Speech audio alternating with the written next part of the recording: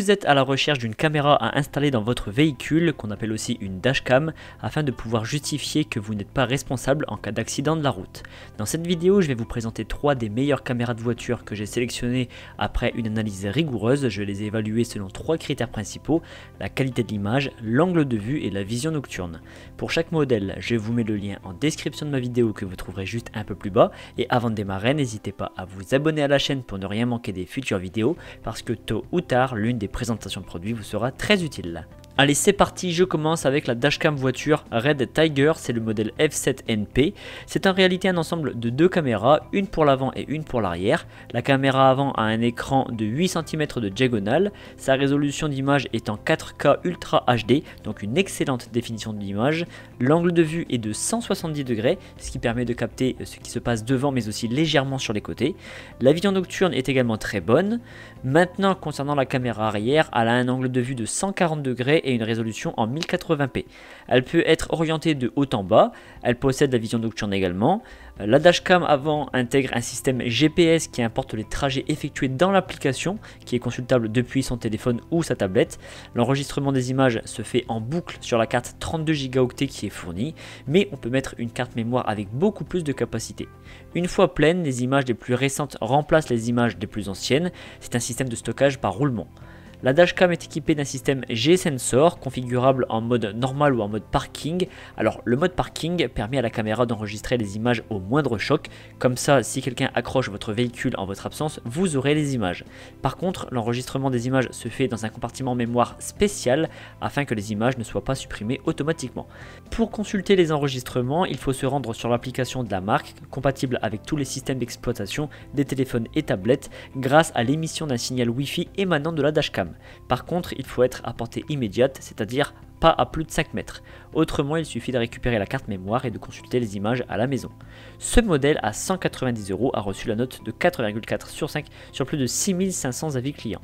Je continue avec la dashcam pour voiture Vantrue N2 Pro. Avec cette caméra, il y a possibilité de filmer en même temps la route et l'intérieur de l'habitacle. Le son est également capturé. Côté route, l'angle de vue est de 170 degrés et côté habitacle, l'angle de vue est de 140 degrés. La caméra intérieure est également ajustable de haut en bas. La résolution de l'image côté route est de 1080p Ultra HD. La vision nocturne est excellente côté route et côté habitacle grâce à 4 LED infrarouges.